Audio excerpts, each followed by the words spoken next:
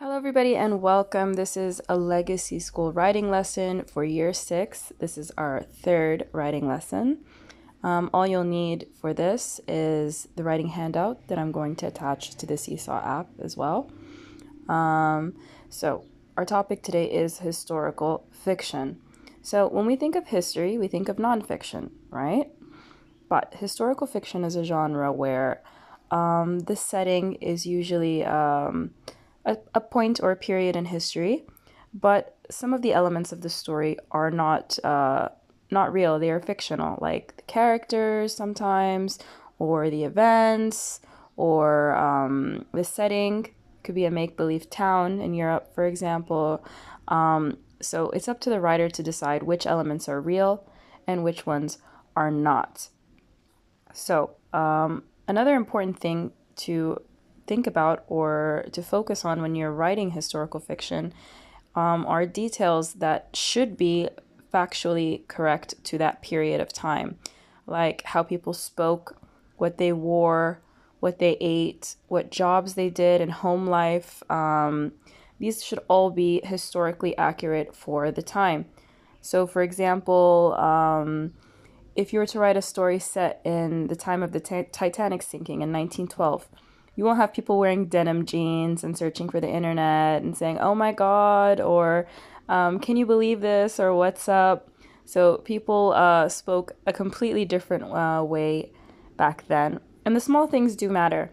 Like, did they wear wristwatches? Were they even invented? Wristwatches were invented in 1868. So if you're writing a story before that point in history, they definitely wouldn't be wearing that. The character wouldn't be looking at his watch to see what time it was. TV really took off after World War II, 1945. So if your story is set before that time, you wouldn't have characters watching TV. Also, make sure with things like internet or mobile phones or electricity, make sure your story is set after these things were invented and became popular as well.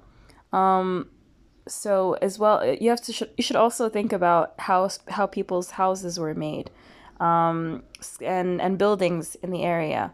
For example, if you're talking about or if you're writing a story about World War set in World War I, there wouldn't be these huge skyscrapers in London at that time. And you should also think about the tone and how people were feeling at that point in time. People weren't really going on fabulous vacations and eating out at expensive restaurants. It was a very difficult time in their history.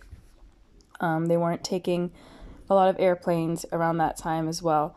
Also, let's talk about how people spoke. They were very polite. So usually when we write stories set in the past, we need to make sure that they're not really using contractions. Even their slang was different than the slang that we use nowadays. They address people with ma'am and sir and so on. So if you're asked to continue a story style, you must take note of when and where it was set and ensure the details of your writing is suitable. So today we are going to be reading a story set in 1666 during the Great Fire of London. It was a huge fire that destroyed most of the city of London. And then after we're done reading the extract, I want you to write 6 paragraphs to continue the story. All right? So it is largely believed to have begun in a bakery in Pudding Lane and destroyed much of medieval London, burning down the homes of 70,000 to 80,000 residents of the central city of London.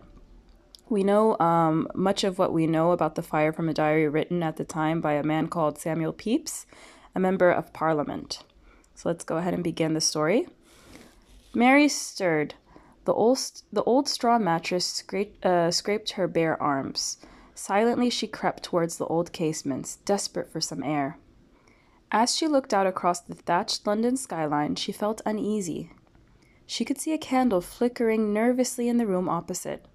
Old Samuel never slept.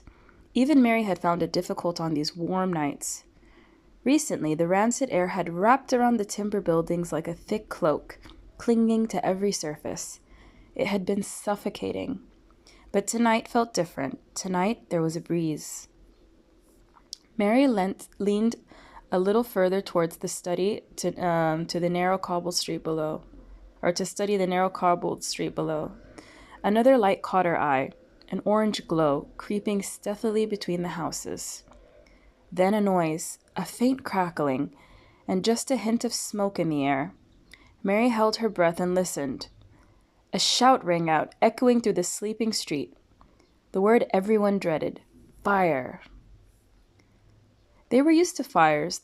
The wardens were constantly patrolling the streets with leather buckets full of river water. The combination of wooden houses, warm weather, dry straw, and candles was not a good one, but usually the fires were doused before they could get a hold. Tonight was different. Tonight there was a breeze. The welcome breeze that everyone had longed for was now fanning the flames in the rooms below. They were already licking the side of the building. Like many tongues of some gigantic monster. Mary knew she had to act quickly. It was too late to escape downstairs. She began to climb through the open casement. At full stretch, a casement is a window that opens on hinges. At full stretch, she just reached the room opposite. Suddenly, old Samuel was there, grabbing her hand and helping her to safety. "We must hurry, child," he said. "The flames will soon be here too. We will head to the river. It's our only hope." So that's the extract. Let's go ahead and look at the elements that are historical and factual, or factually correct to that time period, and the elements that are fictional. So the dialogue is definitely factually correct to that time period. He said, "We must hurry, my child." So think of nowadays, if somebody is helping you out of a window or helping you to safety, would they say, "Hurry, my child"? They'd say, "No, hurry, jump, are you okay?" It wouldn't be as formal. So the main event is also factually correct, the Great Fire of London. The setting, the description of the setting, like the cobbled streets, the thatched roof, wooden homes, the fact that they were using candles because they didn't have electricity at that time.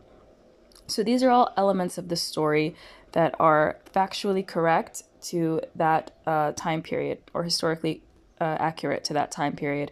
And then some of the fictional elements are the characters, for example. We don't know for a fact that there was a girl named Mary or old Samuel, and all of their actions, her looking through the window and then jumping through the window, and old Samuel telling her, "Let's go to the river."